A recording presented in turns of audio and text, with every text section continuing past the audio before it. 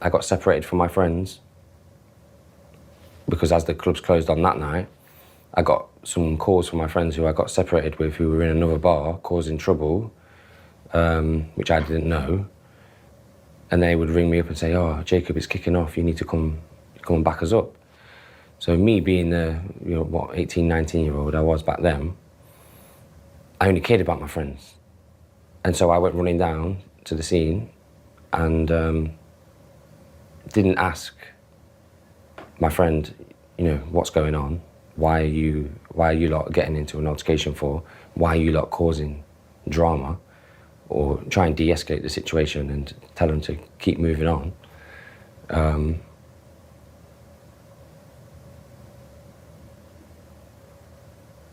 I sadly took it upon myself to get involved and I threw a punch at the guy that my mate was arguing with, and he fell on the floor.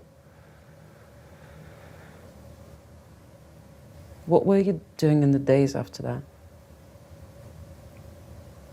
The days after that, my friends came round the next day, knocked on the door, I answered at the window, and their response was, yes, Jacob, your punch man knocked him out one punch.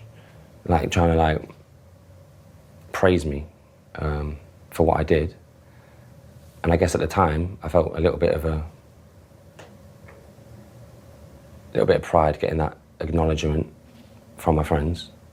And then a couple more weeks passed and I ended up, my mum had saved up some money to actually take us on holiday.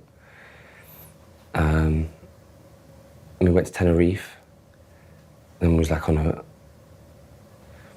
all these water parks, and it was on these boats, saw some whales and stuff. And it was like the first time, because from when I went to secondary school at 13,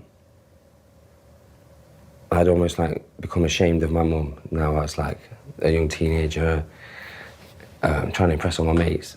And I reconnected with her because I didn't have that those people ringing me or places to go, stuff to do. And I just remember feeling really guilty for the way that I'd treated her up until that point, because she was the only one I actually believed that I had any ability in terms of intelligence or my capacity to learn or just achieve anything in life. And so I came back from that holiday, I got a new perspective. Then a couple of days later, after we come back from that holiday, the police started raiding me and all my friends' house. And this was a month after that punch. And then that's when it started to become a reality that someone had actually passed away because of my actions a month earlier.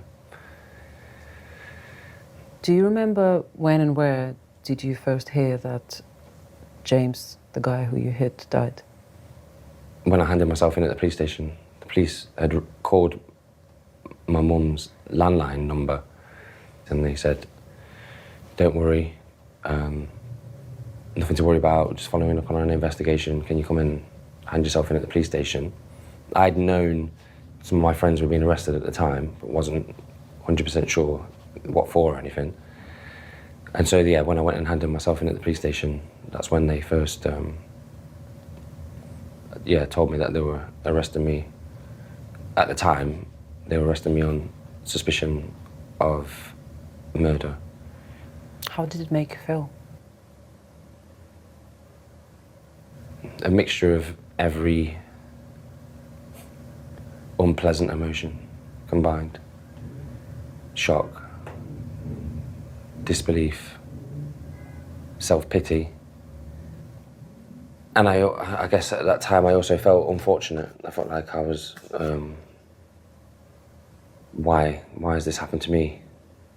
Out of everybody that goes around throwing punches, why did mine have to have the impact that it did? Yeah, everything just kind of flashed through my eyes really, and I didn't.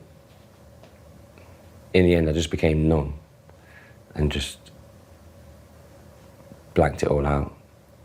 My mum was, the best way to describe it is hysterical.